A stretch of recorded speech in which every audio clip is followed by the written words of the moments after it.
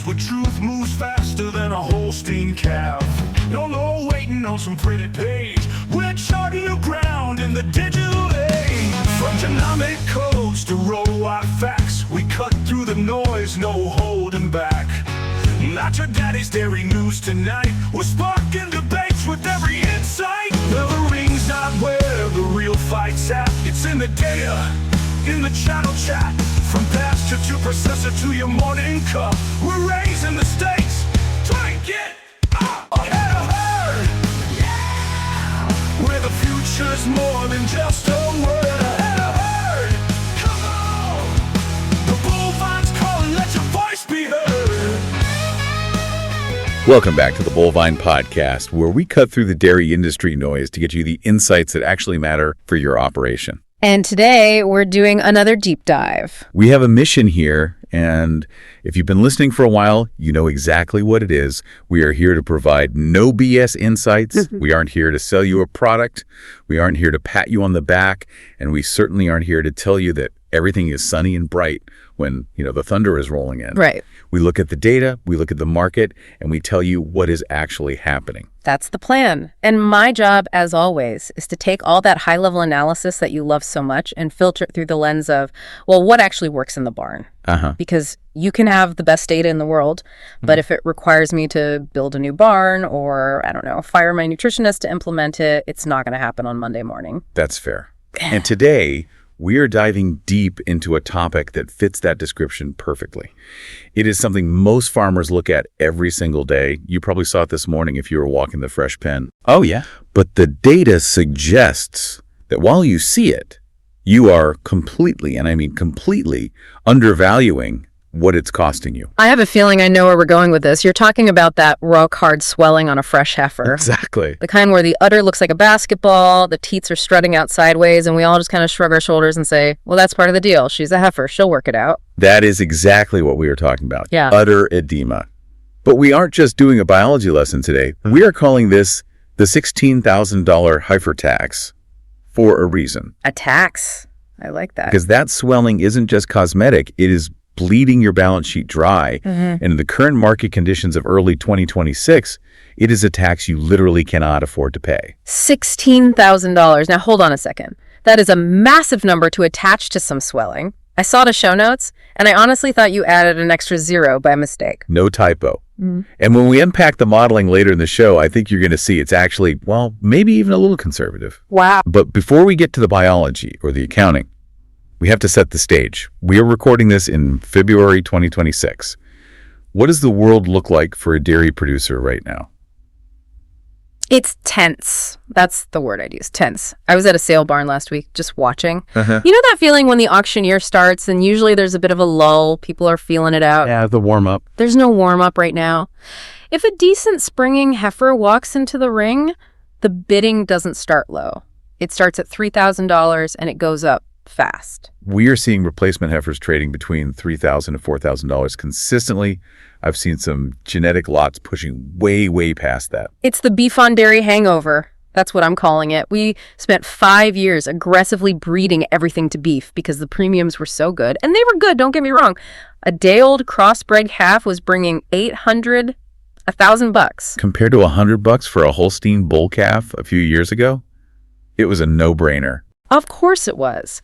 Mike North over at ever.ag called it a fantastic opportunity to make money without feeding a calf for 18 months. And he was right. But we squeezed the pipeline. We stopped making our own replacements. And the numbers back that up. The CoBank outlook from late 2025 put heifer inventories at 20-year lows. We are talking late 1970s numbers. So you're in a situation where the asset is scarce. And it's expensive. An incredibly expensive asset. And this is where our topic comes in. Imagine buying a car for double the sticker price, driving it off the lot, and realizing the tires are flat and the engine is overheating. That's the fresh heifer with severe edema. Exactly. You've paid a huge premium to get her there. All your feed costs, raising costs, or just the flat-out purchase price. And the moment she hits the milking string, she physically fails. She's broken. But here's the friction point, and I want you to be honest. If I'm a farmer, and I say, yeah, my heifers have some swelling, but they work out of it, what are you thinking? I'm thinking, so does everyone else's. And that's the trap, isn't it? It's the everyone knows myth. We assume that because 90% of our neighbors have heifers with rock-hard udders, it must be normal biology. It's just what heifers do. Common does not mean normal, and it certainly doesn't mean it's profitable. The data we're going to walk through suggests that this normal swelling is actually a distinct disease process.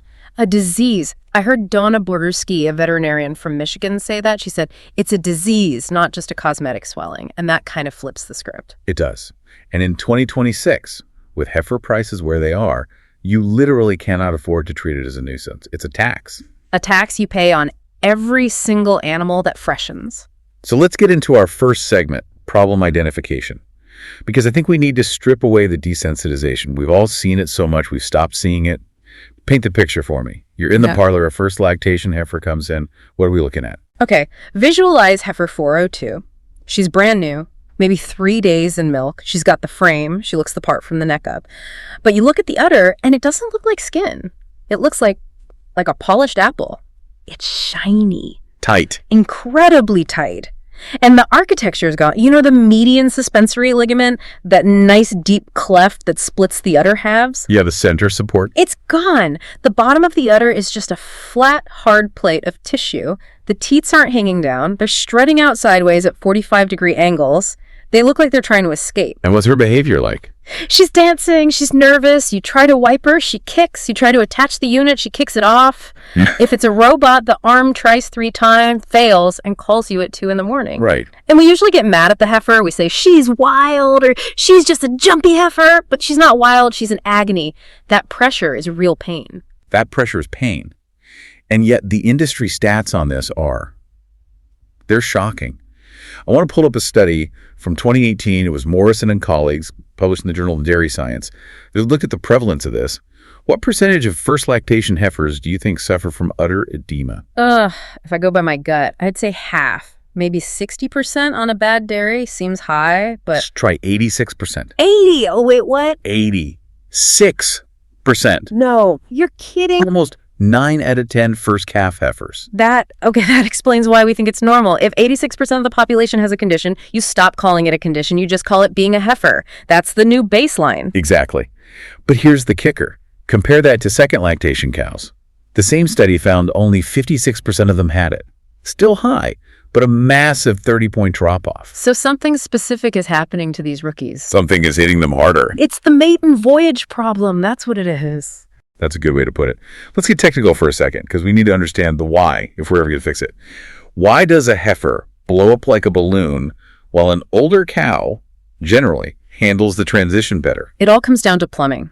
The vascular system, the veins, and the lymph ducts in a heifer is immature. It's brand new. It has never been under this kind of load before. Never. Then suddenly, she calves. You have this massive hormonal signal telling the body, send blood to the udder, make milk. Now. And we've bred them to do that. The genomic drive for production is so intense, we're asking for 100 pounds of milk out of the gate. Right. So you have a fire hose of blood rushing into the udder to support 80, 90, 100 pounds of milk. But the drain pipes, the veins taking blood away and the lymph system removing excess fluid, they're the size of garden hoses. They haven't had a chance to stretch and mature yet. So you get a traffic jam. A massive biological traffic jam. The hydrostatic pressure builds up inside the tiny capillaries until the fluid, the plasma, literally gets pushed through the walls of the veins and leaks into the surrounding tissue. And that's the edema. That is the edema. It's fluid trapped between the cells because the drainage system is completely overwhelmed. And here's the part that really clicked for me when I was reading the source material. We tend to think of this fluid as harmless water. It'll go away, but it's not just sitting there. It's actively causing damage while it sits there. Think about a rubber band. If you stretch a rubber band to its absolute limit and you just hold it there for 3 winds, what happens when you finally let go? It's loose, it's warped, it never snaps back the same way. It's shot. That is the perfect analogy for what's happening to the udder support system. Lingering, severe swelling stretches the suspensory ligaments.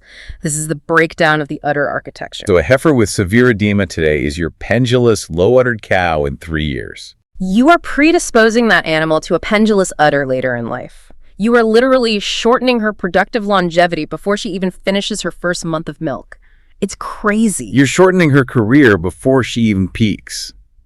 And we see the consequences in the culling data years later. Bad udder, hard to milk.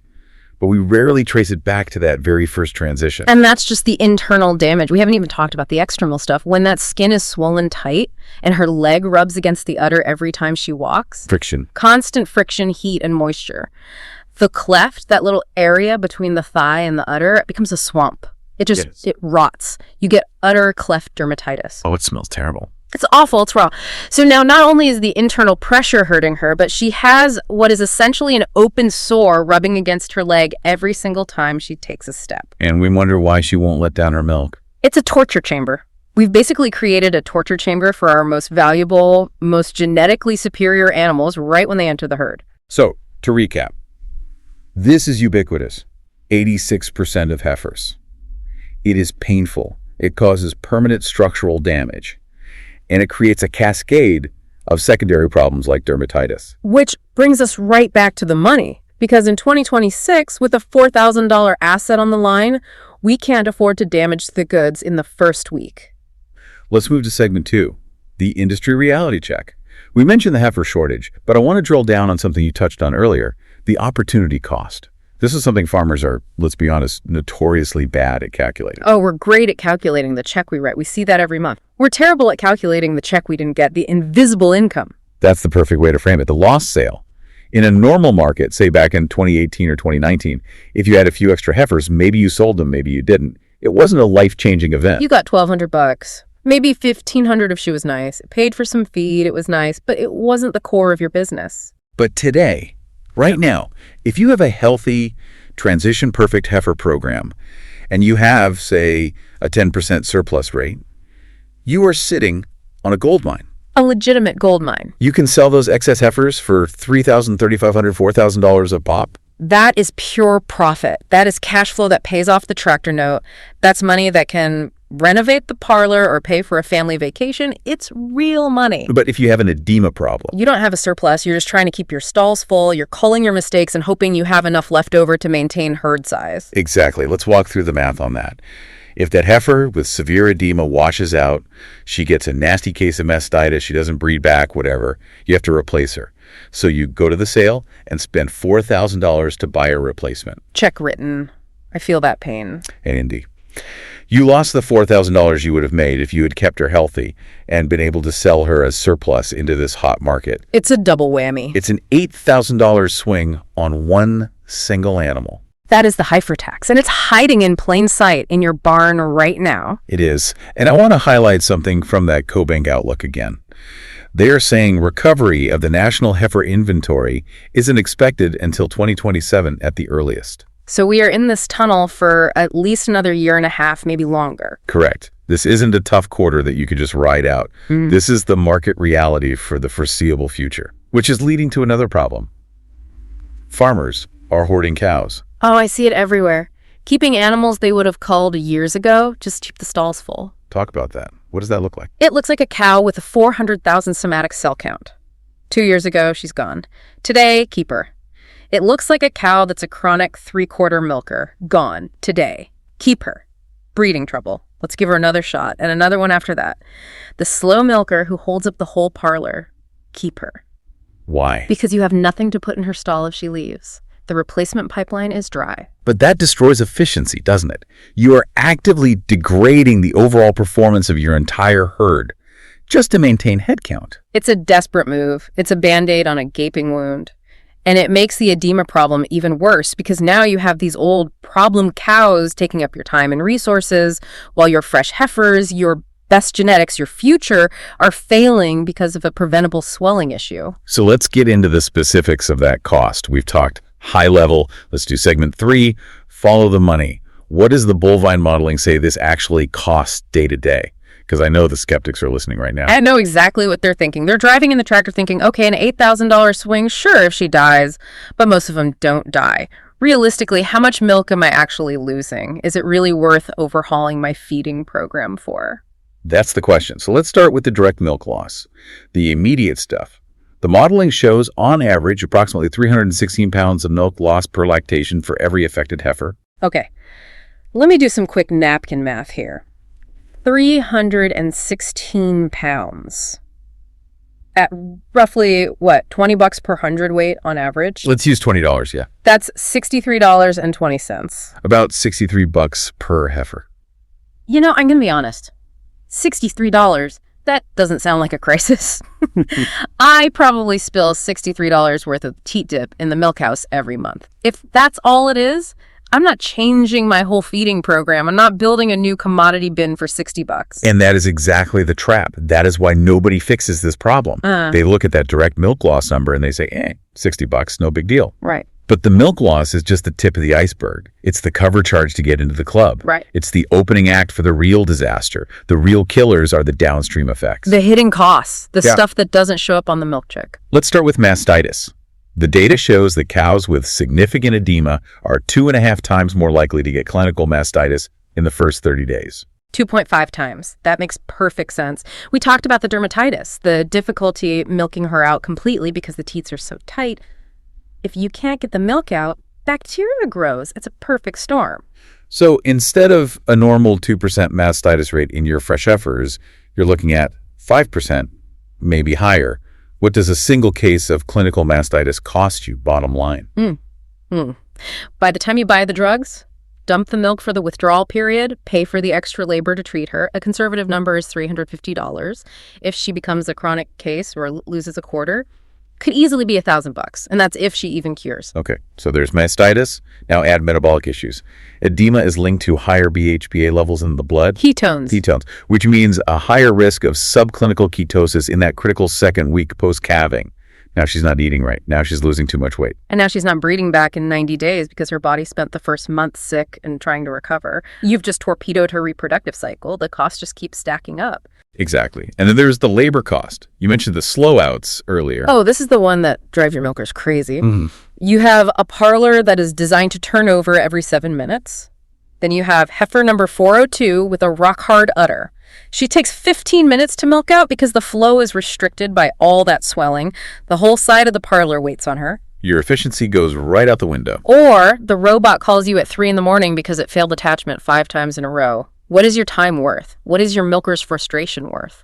High frustration leads to bad handling, which leads to more stress on the cows, which leads to less milk. It's a vicious cycle. So let's tally the total bill. We ran the bovine modeling on the theoretical 100 cow herd. Let's say you freshen 40 heifers a year. Yep, pretty standard turnover. If you have the industry average 86% edema rate, that's 34 affected animals out of your 40 new heifers. Okay, 34 heifers with some level of swelling. On the absolute most conservative low end, we're calling it minimal mastitis, just the milk loss and some minor issues, you are losing about $3,500 a year. $3,500. Okay, that gets my attention more than $60. But the realistic loss, when you factor in the inevitable mastitis treatments, the extra labor, the discarded milk, and crucially, 1 or 2 early culls because a heifer just completely crashes and burns, is between $8,000 and $16,000 per year. For a 100 cow herd. For a 100 cow herd. Yes. So if you were milking 1,000 cows, you can add a zero. That's $80,000 to $160,000 a year walking out your door because of a little swelling. And the thing that really sticks out to me in that math is the cull. Why that specifically? Because like we said at the beginning, the replacement cost is $4,000. If just one of those 34 heifers crashes and burns because of edema complications, she gets a nasty mastitis, doesn't breed back, and leaves the herd in her first lactation. That one animal wipes out the profit of the next 10 healthy heifers combined. It's catastrophic. In a high-cost replacement environment, the penalty for culling a young animal is absolutely catastrophic. You cannot afford to lose her. Okay, you've steered us. You've made the case. We understand the cost. $16,000 is on the line. Now, what do we do about it? Let's move to segment 4, case studies and examples. You promised me 3 practical levers. I did. And these are things you can actually do. We aren't reinventing the wheel here. Lever number 1 is body condition score, BCS. This is a classic. We've known about this for years, but man, we still screw it up all the time. The mechanism is just so simple. Excess fat, particularly around the udder and brisket, increases the tissue pressure. It physically traps the fluid. It's like wearing a belt that is 2 sizes too small and then trying to eat a big holiday meal. There's nowhere for anything to go. So what's the target? Where do we want them? Pre-calving, and at the moment of calving, you want them at a 3.25 to a 3.5. That's the sweet spot. And what do you actually see out in the field? I see 3.75s, I see 4.0s, I see roly-poly heifers that look like they're ready for the show ring, not the milking parlor. And that is a pre-bought edema risk. If she's a 4.0 at calving, you have already signed the check for the edema damage. You can't fix that with a pill on day one. The damage is done. No. And I know you're going to say, this isn't a quick fix. No, it's not. If you've got fat heifers in your close-up pen today, they are going to be fat heifers when they calve in 2 weeks. This is a breeding and growth management issue. This goes all the way back to how you fed them at 6 months, at 12 months. This is a turn the Titanic kind of lever. You have to start now to see results in a year. Agreed. But you have to start. It means looking at your heifer rations, maybe adjusting your age at first calving, but you have to stop giving them fat. Okay, lever 1 is BCS. A long-term foundational fix. What's lever 2? Lever 2 is the big one. This is the one that can make a difference almost overnight. It's diet. Specifically, the prefresh or close-up diet. Yes. And the most common mistake is feeding heifers the exact same cow pre-fresh diet that the mature cows get. Which happens on, 80% of farms? Maybe more? Easily.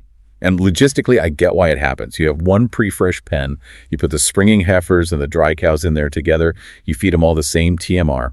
It's simple. So why is that so bad? Because mature cows need a deep negative DCAD diet. They need those anionic salts to help prevent milk fever. Their bodies need to be primed to mobilize a huge amount of calcium from their bones. Right. Heifers do not need that same intensity. They very rarely get clinical milk fever. Their calcium metabolism is much more robust. But when we feed them that high-salt, anionic cow diet anyway, what happens? The high salt and potassium loads act like a sponge. It makes them retain water. It directly drives the formation of edema. Cora Okima from MSU Extension has been shouting this from the rooftops for years.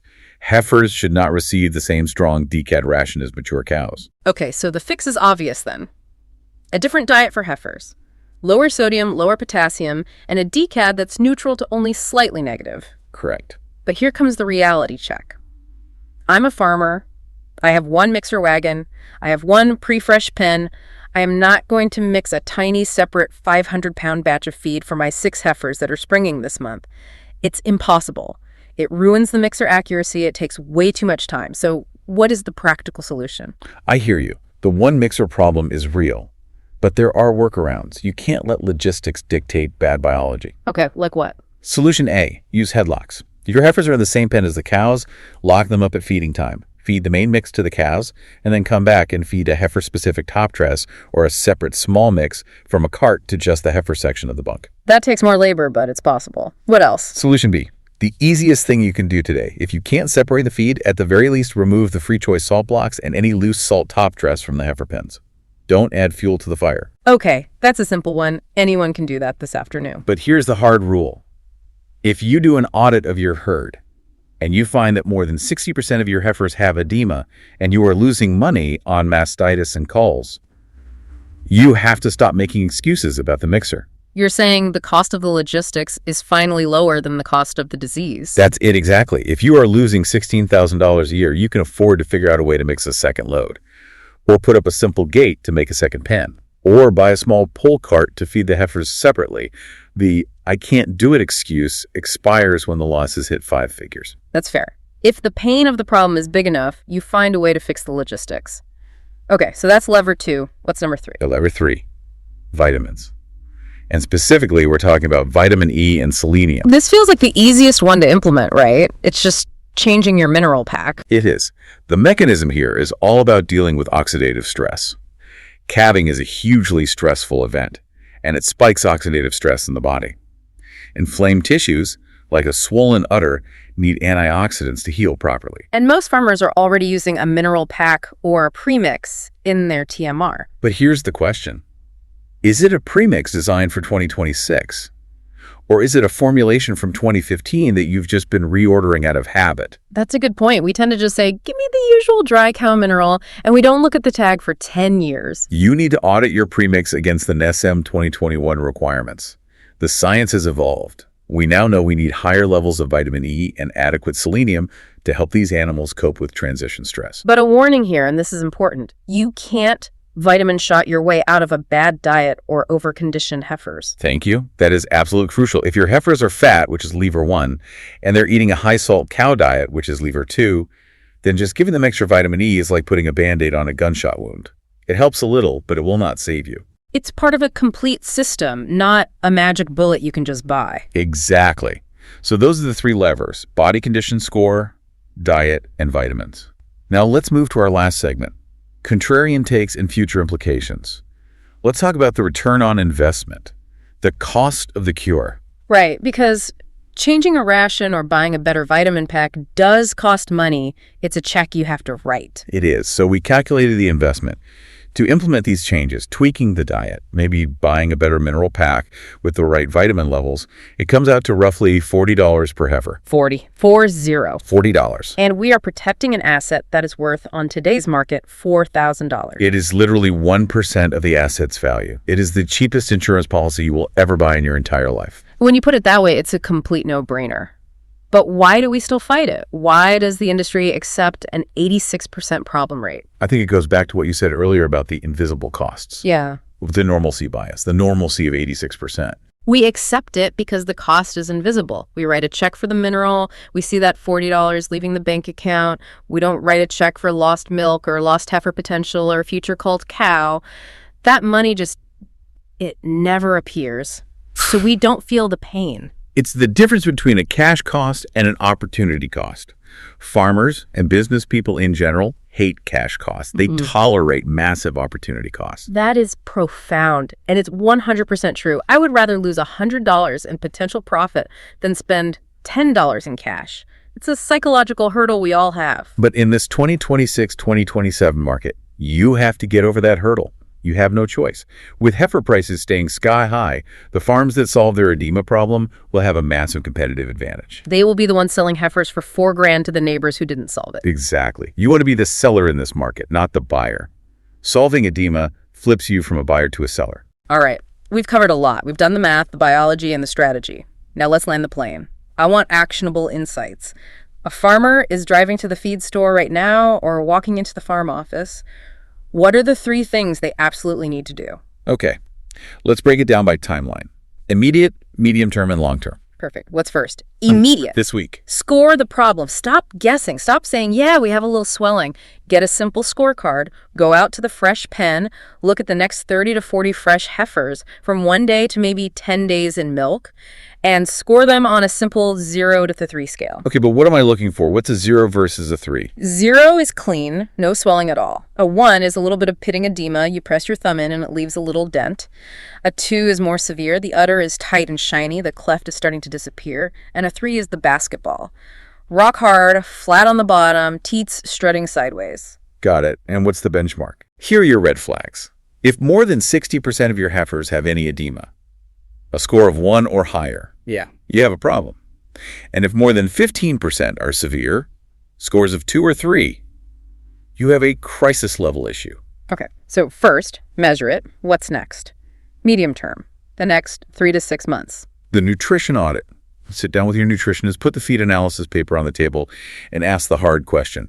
Are my heifers actually on a different ration, or are they just in a different pen eating the same cow feed? And look at the numbers yourself. Don't just take their word for it. Get the real sodium, potassium, and DCAD numbers for that heifer ration. If the DCAD is deep negative, like -100 or -150, you have to change it. And while you're at it, check that premix tag. Update the vitamin E and selenium levels to the NASEM 2021 standards. And finally, long term, the 1 to 2 year plan. BCS management. This is the slow turn of the Titanic. You have to work backwards. Adjust your heifer growth rates. Maybe that means a slightly less energy-dense diet from 6 to 12 months. Maybe it means adjusting your age at first calving. The goal is to have them hit that springing pen at a condition 3.25 to 3.5, not a fat 4.0. It's a holistic approach. It starts with measuring, moves to feeding, and ends with long-term management. Precisely. You can't just do one and expect a miracle. Well, this has been an eye-opener. I think for a lot of us, we've just been walking past those shiny, swollen udders for years, not realizing they were leaking money out of the business every single day. It's time to stop paying the edema tax. It's a voluntary tax, and in this economy, you should volunteer to stop paying it. This has been another deep dive from the Bovine Podcast. Stop letting your $4,000 heifers wash out because of a $40 vitamin deficiency. For more straight-talking industry analysis, head to www.thebovine.com. Subscribe wherever you get your podcasts. We're out with new episodes every day. Next time, we're looking at the shifting landscape of carbon credits and what it actually means for your bottom line. Is it real money or just hype? Thanks for listening.